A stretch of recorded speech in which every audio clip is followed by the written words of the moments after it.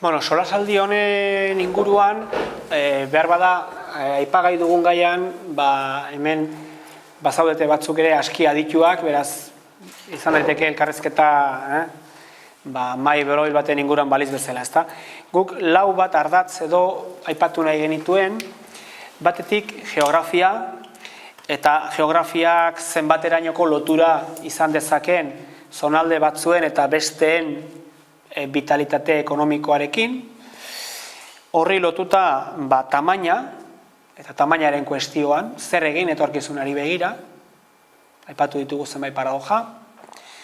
Maila teknologikoari dagokionez ere, berdin, zeinek izan behar du apustua, kontuan hartuta, gure enpresa asko zaharkituta geratu direla, eta gainera aipatu ez dudana, baina energia konsumoan intensiboak direnak, hori behin eta berrera ateratzen den kontu bat da, energiarekiko menpekotasun handia, beraz zenbat eta energia garestiagoa, enpresa askok etorkizun eskasagoa, ezta? Eta azkenik jabegoa, ezta? Zenbaterainoko garrantzia izan dezaken enpresen zati batek, zati handi batek, ez dakitez, partizipazioaz gain, eukitzea ere bertan erroak, ezta?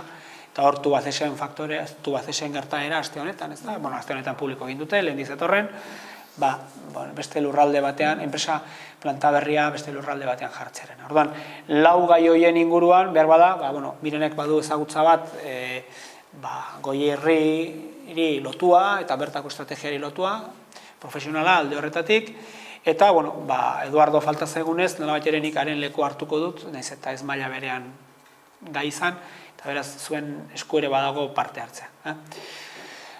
Beraz, nik ez dakit, niretzat kuestio oso interesantea da geografiarena, nire buruatzen zaidan galdera da, badago neurgailu bat esan dezaketenak zu biziko zara, zu hilko zara, eskualdeka edo lurraldekari naiz, eskualde kontzeptu hartu, kontzeptu ireki bat bezala, areak edo. Badago neurgailu bat, ez dago, segun nola azaltzen ditugun gauzak, agian batzuk esango dute jai dugu, eta ez du inork esaten jai dugu, ez da. Lehenik eta behin eskerrak eman egizkion haindegiari, gaur hemen egoteko gonbidao pena luzatzeagatik, eta uste benetan interesgarrian lan egin duzuela, pila bat gai eta zenbaki eta aipatu dituzue. Ni nire iritzia emango dizuet eta guzti gonbidatu parte hartzera eta edozein galdera eta gai plazaratzeko, ez? Plantatzen zenun kuestioaren inguruan, nik usteet eman duzuen argazki horrek oso argi irakusten duela Euskal Herriaren heterogeneitatea lehenik, ez? Eta heterogeneitate horrek ere erakusten digu tokiko garapenak eta tokiko garapenerako bizioak eta estrategiek eta nire iritziz geroz eta garrantzi gehiago dutela, ez? Horregatik, aipatzen zenun gauzetako bat, ez? Eskualde batek, niretzat kritikoa da eskualde bakoitzak pentsatzea zein izan baran bere etorkizuna. Baina egia da bi arrisku ikusten ditu dela hor. Alde batetik, uste dudalako ezin duela eskualde batek zai egon, ea norbait etorriko zaidan salbatzea, ez? Edo Jaurlaritzatik, edo Foru Aldunditik, ez? Nire eskualdearekin zer egin. Eta bigarren arriskua berriz, kontrakoa, ez? Autosufizientzia sentimendu bat, uste dugun gure eskualdean dana egin genezakela, eta horrek itxitasun efektu, peligroso bat ekartezak, ez? Orduan bi arrisko horiek uste ditut. Eskualde mailetan estrategia eta plan eta etorkizuneko bizio bat eraikitzea ez da erreza. Horrek prozesu bat eskatzen du, eta sakonean nola egin pentsatzen hasten baldin bagera, hor datoz pixkat gakoak. Esan nahi du, eskualde bateko eragile desberdinak mai baten inguruan eseritzea, jakinda bakoitzak bere interesak edukiko ditula, eta ondorioz hor oso erreza izango dela gatazka batzuk ematea, enpresa bateko arduradunak interes bat edukiko du, politikariak berea, garapen agentzia badago berea, sindikatuak berea, ondorioz, eskualde mailan planak eta etorkizuneroko estrategia horiek eraikitzea, ez da erreza eta gaitasun batzuk eskatzen ditu, ez? Horren ondotik nik uste kritikoa dela prozesu horiek erraztuko dituzten pertsonak edo erakundeak izatea, ez? Eta bigarren klabetatako bat, eta gaindegian ikusten behin baino gehiago aipatu honetakoa da, Euskal Herrin heterogenitate horrek ere baduela izugarrizko potentziala, dela osagarritasuna. Nola osatzen dan lurraldea bera baten abantaiak eta besteak oiei probetxu ateratzeko, ez? Eta osagarritasuna nola abantzatu dezakegu zein zortan, ez? Bat da politikoen koordinaziotik, noski, bat bide hori da. Nik uste Euskal Herrian ezaugarritakoa da ditugun maila administratibo ugariak, erakunde mota pila, baina gure akatxet edo erronka hondietako bat koordinazioa bera da, ez? Orduan, osagarritasun horretan aurre egiteko zen neurri arditzazkegu. Eta hor, ateratzen ziren utxune horiek, ez? Adibidez, Nafarro iparrekialde horretan, ez? Eta Beiz Goierrin, hain gertu egon da, ez? Beste argazki bat ateratzen zen, naiz eta Goierrin eta beste erronkak eta arazo bat dela, noski. Baina, osagarritasun horretan dago klabetako bat, ez? Horrezatu baterako, osagarritasuna aipatzen duzunean, behin da berriz agertze zaigu Goierri eta Debagoieraren arteko osagarritasuna. Esate baterako, MUko ikasleak, Debagoiena, Euskal Herrituzotik bai, baina batez ere Goierritik joaten dira, eta egia da gero Goierriko enpresasareak hortik ere onura asko jasko dituela zera, ez da? Behintzat ingenieria, hainbat ingenieriatan da alakotan, ez? Egia da osagarritasuna ez dela erresa, eta egia da gero nik uste dut badagoela faktore bat eskutatzen dena, ez dakit, hola esan behar den da, batez ere Nafarroekin gertatzen dena, ez da? Interakzio ekonomiko handiak daude lurraldeen artean, Nafarroa gainera badu menpekotasun, ez bakarrik teknologikoa, baita ere hornitzaileen aldetik eta bar, Gipuzkoako hainbat eskualderekin, baina gero hori ez da ekartzen akordio handiagoetara, esate baterako aliantzak, produktu mota jakin bat, berdin zait, gazta izan edo ez dakiz komponente izan, sustatzeko orduan, ez? Nik uste osagarritasun hori berez asko agertzen ari dela, hainbat arlotan, baina gero horri ez zaiola ematen dagokion maila estrategikoa, ez da? Hor badago, zera. Dena den nik uste badagoela kuestio bat, beste bat ere, eta da, eskualdeen garapenean, azken mende eta erdian, esango nuke, kanpoko kapitalak, edo kapital inversore bat egonda. Ez dakit Kantauri itsasoaren egian gaudelako, ez dakit Europako kontinenteko sarbidean gaudelako, Atlantikoan gaudelako, ez dakit, baina hemen Bizkaian egon zen bertako kapital bat, metalgintzarekin eta oso lotua, gero untzigintzarekin lotua, merkataritzarekin lotua, baina gero horrekin baterare kapital asko etorri da, behar da, Europa iparraldetik, eta horrek esplikatzen ditu, basate baterako, Donostia aldeako ekimen industrial asko, zergatik dago hemen enpresa alemaniarrak eta bar, ez? Bere garaian belgiarrak, kimikoak eta bar, oarzo aldea guztia horreko olako ingenieroen seme-alabak, mende hasieran etorretako ingenieroen seme-alabak bizi dira oraindik bertan, eta enpresa haien izenak desagertu dira, baina haiek utzitako know-how hori gero garatu da beste enpresa batzun bitartez, ezta? Hori desagertu dela esango nuke, ez dut esango ez denik etorriko, baina eskualde askok Nafarroan izan zuten opari hori, ja ez dute izango. Hau da, plan Marshall berri bat ez da egongo ekarriko duena enpresa bat edo bi edo hiru eta enplegatuko dituena ez dakitzen bat langile. Eta baldin badator, betor, baina bertan zerbait dagoelako, ez? Paradoja hori ere superatu beharra egongo da.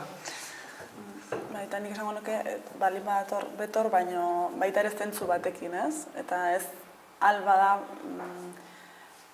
ez edo zein modutara. Nik uste atzerriko kapitalak lurralde garapeneko diskurtsoan pixka zaharkituta geratu dela eta puntualki oso baliagarri izango dela, baina kritikoa dela Euskal Herriak gaur egun dauzken potentzialak ikusita, potentzial horiek areta gehiago garatzea eta hortik benetan dibertsifikatzen jakitea, ez? Fagorreko kasuak erakutsi dugu zer gertalileke, baina bakigu Debagoienak dituen gaitasunak eta baliabide guztiak, eta benetan gakoa da, ea gai garen hori behar den bezala berrera bilidez. Eta berbideratzeko, ez? Zetor dago. Gainera oso kuriosa, fenomen hori lotuta zona bati oso garbi ikusi dela, ez? Fagorrena gertatu da, baina bertako enpresa taldeak esan du, gertatu da, tragedia da, handia da, baina badugu ezagutza, badugu gaitasuna eta badugu kapitala, enplegua sortzeko, jarduera berriak sortzeko, eta barrez. Eta agian oso kritikatua izan daiteke hainbat gauzagatik eta hainbat ikuspegitatik jarduera hori guztia, ekonomikoa, baina egia da, lurralde bezala demostratu dela gaitasun bat. Gaitasun bat esateko, ni badakit zartako bat hartu dudala, golpe bat hartu dudala, baina badakit ere golpe honetatik ateratzeko baliabideak baditu dela, ezta? Eta esate baterako beste antzeko dinamika bat piztu nahian, Goierrik ere egia da baditula halako komponente batzuk, gaitasun propioa, handik ateratzeko, egia da gero, askoz maila txikiagoa, baina adibide oso aipatua izan dela Lea eta Lea Artibairen inguruan, Azaro Fundazioak eta bere garaian abiatu zuten prozesu hori, nekazaritza eta itsasoari guztiz lotutako eskualde batean nola sortu ehun industrial bat, eta ehun industrial hori nola lotu eta eskola eta laborategiak eta nola lortu bertako enpresetarako jendea formatzearekin, enpresa hornitzaile laguntzaileak sortzearekin, eta nola ere gaitasun. Horren badaude adibide hon batzuk, ez? Beste lurralde batzuk, eta oso triste egite zaio, baina iparraldera zoazenean eta jendeakin hitz egiten duzunean, eta ez da iparraldean bakarrik gertatzen den gauza, baina zai daude norbaitek zer egingo. Eta berriro, ez dago salgai, doan daukazue, baina hemen Michel Etxebestek, Mauleko auzapeza da, baina Mauleko alkate izan aurretik urtetan Artzainak enpresa taldeko burua izan zen. Ez da nagusia, zean kapitalen partizipazioan langileak eta dabiltza eta alakoak, baina berak esate zuen, ez? Guretzako garrantzitsuena ez da horren beste saltzea, baizik eta guk geok izatea gaitasuna kapitala gobernatzeko, eta nolabait ere produkzioa garatzeko. Ze badakigu gaitasun hori dugun aldetik gehiago egin dezakegula eta zuberoan enplegu gehiago sor dezakegula, edo zuberoan beste gure logikari eta gure logika duen ekonomia bat sortu dezakegula. Eta hain garbi esaten du, baina ateratzen zarenean Maule den esparru horretatik kanpo beste guztia daude. Eta kritika ikaragarri batek egin, merkataritza ganbara kasu honetan iparraldean badu pisua garrantzitsu bat, hegoaldean ez duena, han instituzio bat da, hemen esan dezagun elkarte bat da, eta nolabait ere leporatzen diote behin eta berriro kostaldeko ekonomian zentratzen dituela bere aleginak, ezta? Alegia, enpresa sorrera bai, baina kostaldeko logika ekonomikoari oso lotua. Eta behin, uztariztik aurrera, uztariztik zera bitartean, zegainak gogoratu, Baionako merkataritza ganbara da, Ipar Euskal Herria bere zehaztasunean jarduera eremua duen instituzio bakarra. Zuberoaraino iristen delako, oso osorik, eta oso kritikatua da, ez duelako politikarik egiten barnealderako. Zergatik, barnealdean topo egiten delako beste logika batzuekin. Eta logika horietako bat, bada turismoa, eta bada landa politak, baina bertako gazteak, atzo argitaratzen genuen bezala, Zuberoatik azken 10 urtetan 4 gaztetik batek emigratu egin du. 4tik bat, aixa esaten da, milaka dira. Eta Nafarroa berean antzeko datua da, eta...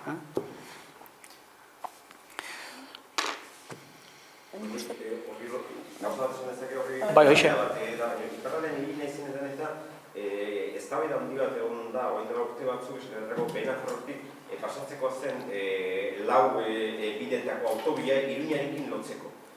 Eta abertzalean batasuna kontra zan, dana kontra ziren, da nik ez nuen ulertzen zergatik eta eztabaidatu izan dut beraiekin. Ez du garatu nahi baldin badugu, Goierri Durangokin eta lotzen duen barne bide hori, nola ez du lotuko iparraldea, Benafarra, Iruñarekin lotzen duen bide zuzen bat, garapen bide horretan.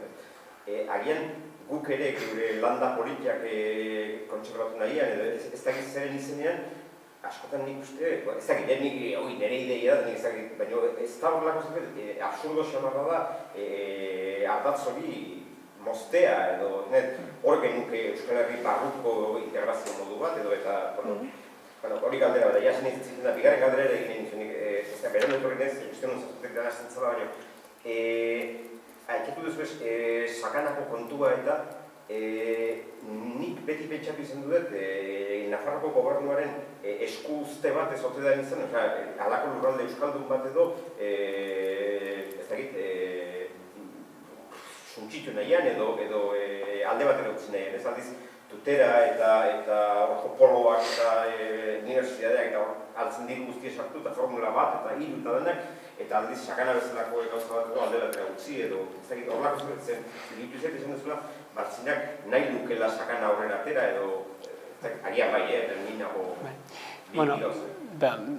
azken horretaz hitzen dezako, igual interesantea dana oso da errepidearen kontu hori eta Euskal Herriak ea behar duen ekialdeko ardatz bat mugikortasun ardatz bat, ezta? Behintzat,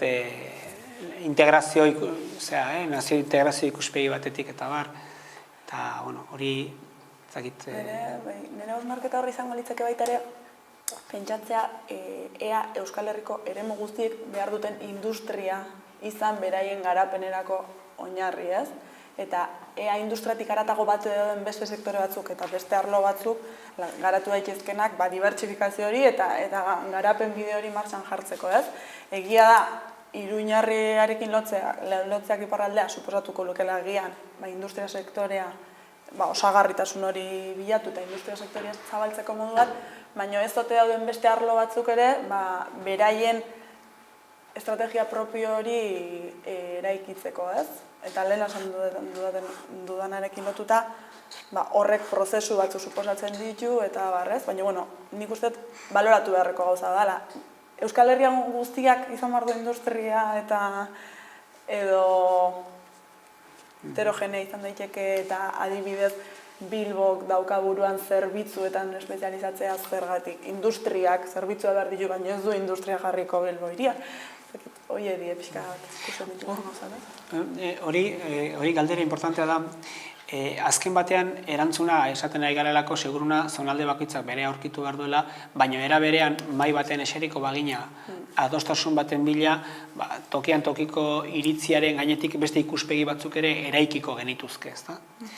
Eta ikuspegi horiek nolabait ere eskatzen dute gaur-gaurkoz ez dugun zera bat, bisio bat, eta da elkar hartuta bizi den lurralde bat. Bere barne koherentzia duen lurralde bat. Orduan, gaur-gaurkoz Pirinioa oso kaltetuta dago, Pirinioa bai iparraldetik eta bai hegoaldetik oso kaltetuta dago, baina inork ez du aintzat hartzen agian hor zerbait gehiago egin daitekela hori aldatzeko. Orduan, logika hori ez dagoen bitartean, logika partikularrak nagusitzen dira, ezta? Eta egia da, industriarena lurralde guztiak ez direla zertan izan beharrik industrialak, baina era berean ere galdetu dezakegu gaur egun zer ez da industria. Eta hor badago zera bat, ez da? Bien, hori esan da. Peska bat, ekialdeko ardatzari begira jarrita, nik esango nuke behar dela. 4 karril behar dituen edo 3 behar dituen trenez izan behar duen, lurrazpitik joan behar duen, metroa izan behar den edo, nik nazio integrazio ikuspegi batetik uste dut behar dela. Behar dela ekialdeko ardatz bat, modu zera batean, gure adiskide batek